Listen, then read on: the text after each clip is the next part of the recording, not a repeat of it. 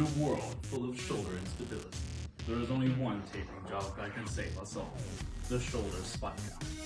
This taping job is the savior of athletes with chronic shoulder instability and a history of dislocations.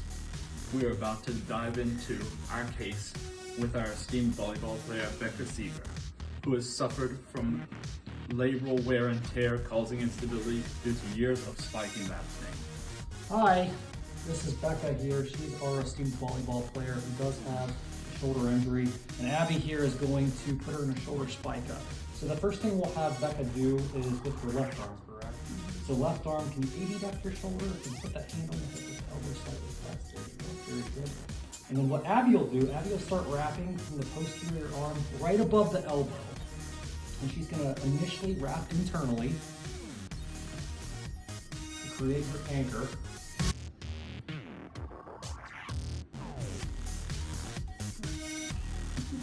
And then after that, after she's got a nice solid anchor, she's gonna come across the shoulder joint here,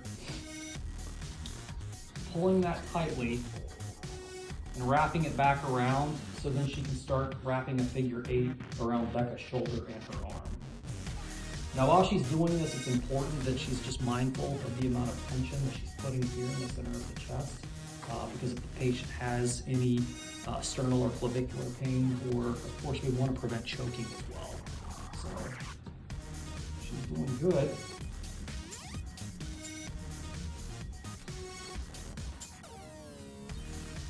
And then once she has that really tight, I'll secure it with a piece of tape here. Because I know Abby did such a good job, we know that the shoulder swings really tight, so we'll ask Becca to just try to externally rotate her arm to see if she's limited there. That's what we want to prevent.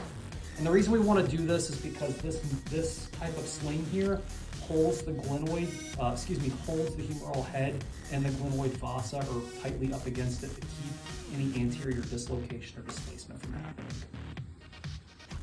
So now that we have done an actual video step by step, we're going to have Emma here do the exact same procedure here in real time with Becca again.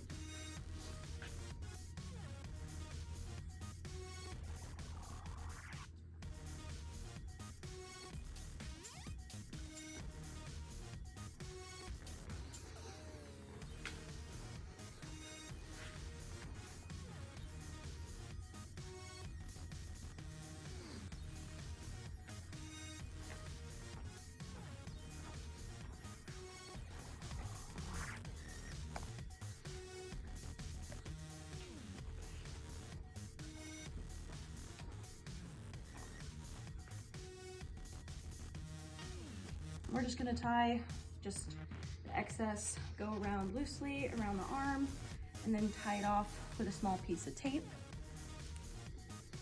And so I'm gonna have Becca go through some motions. So I'm gonna have you go into abduction and try to go into external rotation.